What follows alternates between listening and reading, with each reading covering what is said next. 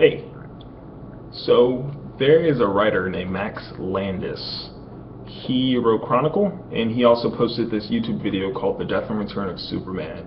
And in that video, he just kind of talked through his script for The Death and Return of Superman, and I really like that. So I figured, why not just talk through one of my own scripts? And if people like that, I can do more. So the story that I'm going to talk through today is called Scientologist Rapture, and it follows three characters, Josh, Riley, and Seth, through their adventures with Scientology Church. And Josh and Riley, they're fresh out of the first year of college, back home for the first time. This is the first time that the trio have really seen each other outside of like Christmas break or something, just like a high, because you're spending time with your family and stuff. And they're just in Josh's basement, kind of looking for something to do. And Seth stumbles upon this Scientologist website just because you end up in a Wikipedia loophole and you just keep clicking things and clicking things. And Josh kind of blows off Scientology as being like fan fiction or like sci-fi geek stuff. He throws up the Vulcan sign, and Jamie is more curious about the Church of Scientology, so she has Seth read a little bit more about it, and Seth talks about how they believe in an alien named Xenu, but only Xenu came to Earth and threw his people into a volcano, and their spirits kind of like released, and that just kind of gets Josh really annoyed because Josh is Catholic, and he just like, that's all that is just nonsense. So Jamie asks Seth, it's like, is there a church nearby? Maybe we could just like go and visit it ourselves and not have to like read a Wikipedia page the entire time. And Seth looks it up, and it turns out that there's a Church of Scientology not too far away from them. So they're like, yeah, let's go check this out. Let's see for ourselves instead of just reading about it and like coming up with this nonsense stuff. So they all head into Riley's car, and on the car ride there, Seth kind of gets curious. Seth is curious about her dating life, but he's not upfront about it. So he says, like, what's the male to female ratio at your school? And Riley's kind of just taken aback by it, and she's like, 50-50, I guess? I don't really know. And Josh knows what Seth is up to because they've been friends longer than the three of them have been friends. So he's just like, he wants to know if you're dating anybody. And Seth is like, dude, like, what the fuck? He punches Josh, and Josh is like, that's what you meant, right? Seth doesn't say anything. He kind of like just looks out the window, and Riley's just like, I was dating a guy, but now I'm not, I guess. And they kind of just sit in silence. But luckily for them, the church kind of appears, and they're able to change the focus over to the church. And the church has a pretty full parking lot. And this isn't like a normal church. It's a pretty large church. It was a Catholic church, but the Scientology camp bought the church. And then they kind of like redid it. They're like, all the windows are this metallic like glass that you can see out, but you can't see in. The only thing that you can see from the outside is just the light emitting from the church, from inside the church, and your own reflection. So they pull up into the parking lot, and Josh brought his camera that he's able to live stream from, because now we're in an age in which everybody's live streaming everything now. And during this time, they start to creep up to the side door of the church just to check to see if they might be able to get in. But before they do that, Josh is like, hold on, let me put the link up on Facebook so that people can see this, because we might actually find something, and that'll be really freaking cool. And as they enter in through the side door, they see this sign above a stairwell, and it says Hall of Reflection. But before that, they overhear what's going on in the actual sanctuary, and there is where we meet Hans. He's a German, about 73 years old, German-American man, very stoic. He stands up straight, and his voice is calm and collected. He's able to kind of like pull you in with his voice. It's kind of like a siren's call. And he's talking to his congregation. And during this time, he's like reassuring them by telling them, like, I know your family and friends don't really understand why you might want to come to a Scientologist church, but that's okay. I was just like you, not sure about why I came here, not sure about what I was going to get out of it. But let me tell you, you came here because you seek knowledge. Josh, at this point in time, is kind of like scanning the congregation. It's like, holy shit, like these are all my neighbors. The Watsons, the Smiths, like the Jacksons, they're all here. Like, what the hell's going on? At this point, Hans is starting to get excited because this is what he's passionate about. And he's like, knowledge is more than just words on a page. It doesn't matter if you're young or if you're old. And he kind of like touches his hand on a young kid's shoulder that's sitting in the front row. You want to and deserve to know the truth. And you are here because you want to find this out for yourself. So let me tell you what we believe in. 1, we believe that man is an immortal spiritual being. 2, your experiences will extend way beyond this single lifetime. And 3, your capabilities are unlimited, even if you don't recognize this right now. Hans continues to preach. He's trying to like turn them. He's really just selling it to them.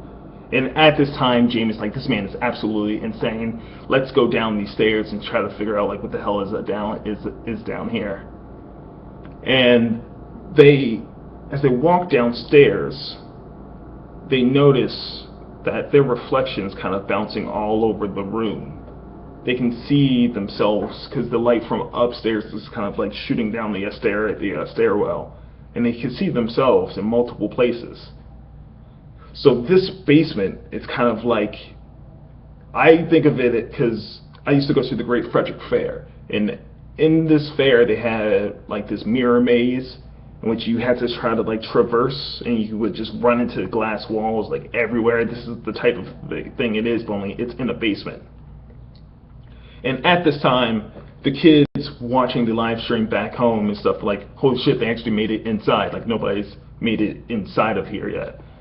And a kid reposts Josh's his live streaming link on Twitter and stuff, so it just kind of starts to spread through different social media, and different kids started watching it. And at this point in time, Seth's phone just starts vibrating like crazy. He's like, holy crap, like I'm getting all these messages from everybody from school and stuff, because they're all like, go deeper, like go find out, like keep on going, like do not stop now.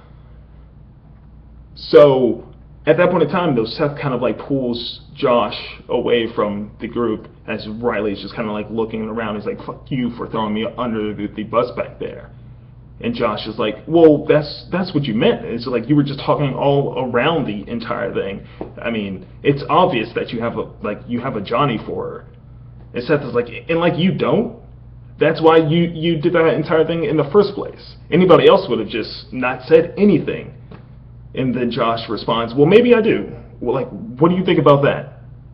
At that time, Seth kind of realizes, like, you are holding the camera and you're live streaming this to everybody that we know right now. So Josh kind of turns the camera around to him and says, like, fuck you all, don't say a damn thing to anybody. And at this time, Hans in the sanctuary is still talking to the congregation and telling them about their inner Thetan. He starts to talk about how this Thetan is their life force. It's who each and every one of us really are.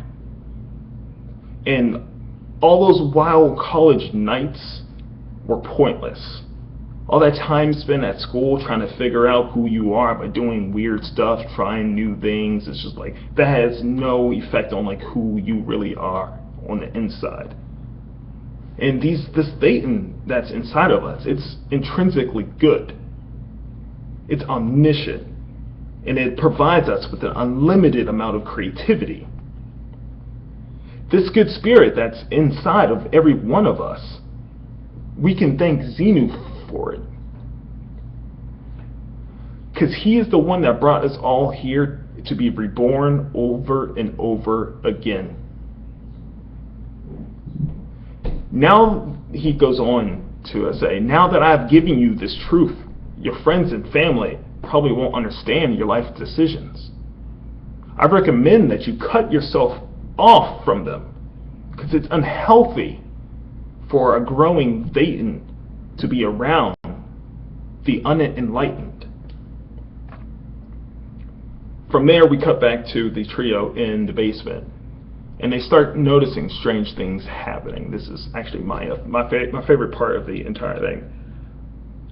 Jamie starts to notice that her reflection is like a half second behind her. So like she would move and then her reflection would move. And then she notices that her reflection in other spots are making moves that she hasn't even made yet. But then she goes ahead and then makes that a move. So Jamie, it's actually Riley. I just changed her name. But so Riley she turns to Josh like, yo, did you just catch that? Please tell me that you have that on camera. He's like, yeah, that's fucking weird. Your reflection knew what you were going to do before you even did it. And then Josh turns his back to Seth and Jamie, and Seth kind of takes this as his chance to kind of like talk to Jamie alone. And then so he approaches Jamie and says like, there's something I want to talk about. And Jamie already knows, like she's like, are we going to really do this right now? Did you just see that shit that my reflection just did? And we're in the creepy ass Scientologist church, and you want to talk about this? And Seth is trying to play it off like he doesn't know what she's talking about. It's like, like talk about what? And then Jamie's just like, you're going to say that you like me, like more than a friend. I already know this. Seth is just quiet.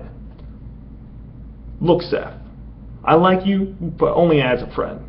If it makes you feel any better, I feel this way about Josh too. Then Seth is just like, okay, at least that kind of does make me feel better. And then Josh walks back to the group and he's like, what are we talking about? Seth is just like, we need to find a way out. There's too much creepy stuff going on. So Seth begins to lead the group back towards where he thinks the stairs were, but he ends up at a dead end. And in this mirror, he doesn't see himself. He sees this alien figure standing there, staring right at the group. And at this point, Seth's like, we gotta get the fuck out of here. They try to run back through the maze, but eventually they hit the same point. They hit the point in the maze in which they're surrounded by mirrors. And at this time, Xenu appears in every single mirror. Jamie and Seth faint. Riley and Seth faint. And a bright white light is emitted from their body. Josh is still standing there, like he has the camera just still rolling. And he notices that the stairs just kind of appear behind them. And once he's upstairs, he's standing between the stairs and the sanctuary. He notices 10 people on the right side of the church in the pews just faint in their seats. The other people in the congregation are just terrified. Once the people on the right drop, their bodies emit the white light. Again, the same white light that emitted from Riley and Seth. And then you see their Satan kind of just like pull and rip its way out of the human body. Hans is trying to regain control of the congregation because everybody's just freaking out. And he's just like, remain calm, my brothers and sisters. What you are witnessing is what happens to all of us. You should be happy. Those that have just left us now reach their true selves. We normally don't get to see this act. Rejoice. And as the Thetans from the 10 people that dropped come out, we realize that Thetans aren't what we thought they were. They are ugly, disgusting beings. You want to talk about demons that the Christians and the Catholics talk about? They were talking about Thetans. Just utterly, just terrifying. They place the fear, like, you think of anything that you've been afraid of, and then just make it 10 times worse, and then that's what we get here. These free Thetans are way larger than any of the human bodies that they were trapped inside of. As they make their way through the aisles of the church, they free their brothers and sisters by placing their fingers or what claws on the people's foreheads. And one by one, people just drop left, right on the left side of the church. And then we're just left with a full congregation of Thetans. Hans is finally realizing that this is not what he thought it was going to be. Everything that the Church of Scientology has taught him over his past 40-some years has been wrong. And at this point in time, he's filled with fear for the first time in a really long time. He's afraid of the Thetan that he knows is inside of him and what's going to happen when eventually it is released. Josh, still recording, runs up to Hans, like, what the hell is happening here? Like, why won't the doors open the entire time he's been trying to escape? It's just like, what the hell are these things? Hans is stunned, but of course not by the fact that Josh is here. And he's just like, I don't know. Josh is like, what do you mean you don't know? Like, isn't this what you believed in? Don't all religions look forward to the rapture in some sense? Hans responds, this is not what I expected. I was told that these spirits were good. All the people in the church, they're all Thetans now. There's no more screaming. The Thetans just stand in the congregation staring at Hans and Josh. And Hans and Josh just stares back. The roof of the church appears just to rip open, and the sky is pitch black. There's nothing there. No stars, no light pollution, no moonlight. And then Xenu appears from the nothingness. And he's speaking in the language that Hans and Josh can't understand. But he says, Tagik, your crimes have been forgiven. I've come to welcome you into the new galactic confederacy. All I demand is that you free your equals and follow me as we reclaim our homeland in the name of Tagik. After Xenu finishes, Hans kind of looks up to him, and he's just stuttering, saying, have I served you well? Everything that I've done for the past 40 years have been for you. Are you not pleased? Xenu looks down at Hans and decides to speak in a way that he will understand, just to let him know that he has been watching, and he is disappointed in everything that he has done.